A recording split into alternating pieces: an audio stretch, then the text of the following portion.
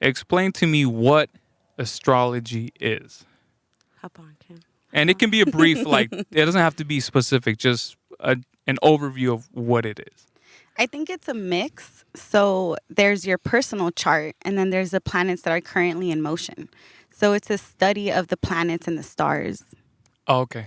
Yeah, So, in a nutshell. Yeah. so is that like, does that include like human behavior? Like how the alignment of the stars and planets affect people, or? Yeah, so there's signs that are ruled by certain planets. Mm-hmm. Certain planets rule certain things like action or your thinking or... They all have different traits. Yes. And then they're perceived through us. So we kind of play them out. And so it's basically like we all know the 9 planets, or 8 now. Yeah.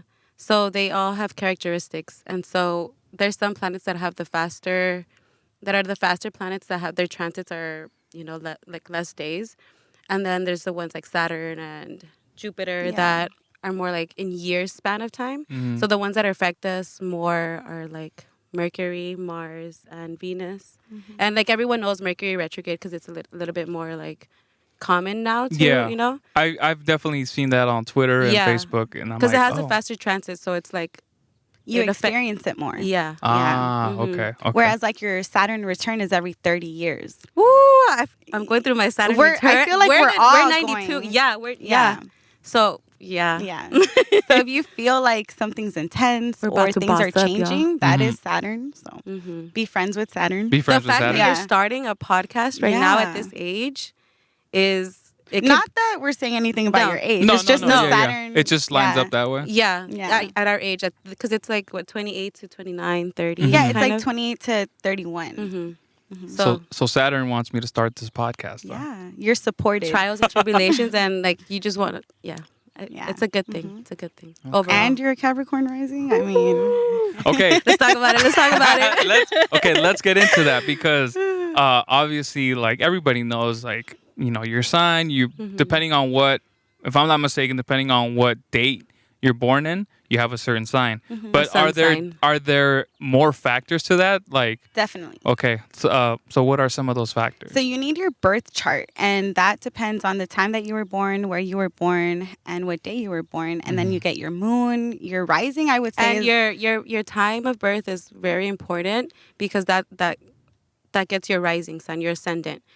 So that kind of it's like a domino effect because your rising is your first house. So there's 12 houses. There's a lot to talk about it. Yes. There's like 12 houses. Yeah. Exactly. Yeah. There's 12 houses. Think of it as like a pie. Okay. And there's 12 slices, and we have 12 houses, and each of them corresponds to different parts of our life, kind of. So your rising would be your first house, and then after that, each sign falls after. So it would be like, for example, I'm Libra rising, so then it would be like Scorpio, Sagittarius, whatever follows in that order. So you're a Capricorn rising? So then it would be Capricorn, what's that, Aquarius, Pisces. So then it would fall in line like that for you. And your first house would be the most prominent. And a lot would argue, I think you asked the question yesterday of what sign do you identify with more, your sun or your rising? And I said both yesterday, but I feel like most of the time it's my rising. And your rising is like how you appear to other people. It's like even the mask, they say. Yeah, exactly. How you present yourself to society. So even though you're a Virgo sun, you're a Capricorn rising, and you do come across like a Capricorn. I'm just saying, I'm a Capricorn. It's a good, I love Capricorn. Yeah. Okay. Yeah. So can you just recap? Okay, what is the difference between rising and sun? So sun would be your birthday is August 30th. Okay, so for those of you who don't know, we have Heldon's chart. We looked it up because, with my permission. Yeah. We asked and we said, we don't want to put you on blast, but he said, do it. So here we are. Yeah. Do it. Put me on blast. So you were born August 30th. Yeah. So you're a Capricorn sun. That's where the sun was Virgo. At the time you were born. Oh, no, Virgo. I'm sorry. Virgo. When at the time you were born, that's where the sun was in your chart.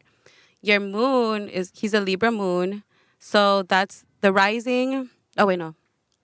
Your moon is... So your moon is going to stay the same no matter what. What depends on your time of birth is your rising, because that changes every 2 hours. Those two, yeah. So the moon is like every 2 days. And that's really what like specifies your birth chart and what makes you different than other Virgos. Because you could have a Virgo sun and a Scorpio rising. Yeah. And you guys are completely different. So it's like, I'm not like that Virgo, but it's like, there's so much to it. But why? It's your rising. You know? And everything else. Okay. So then the rising would be... well, you determine it by your time of birth. But like we mentioned... The horizon. It's like where it's... Yes. Because I don't remember exactly the thing. Well, I think it's like a mix because the moon shifts every 2 hours too. So depending on where the moon is during those 2 hours is where your rising is determined. I think so. Okay.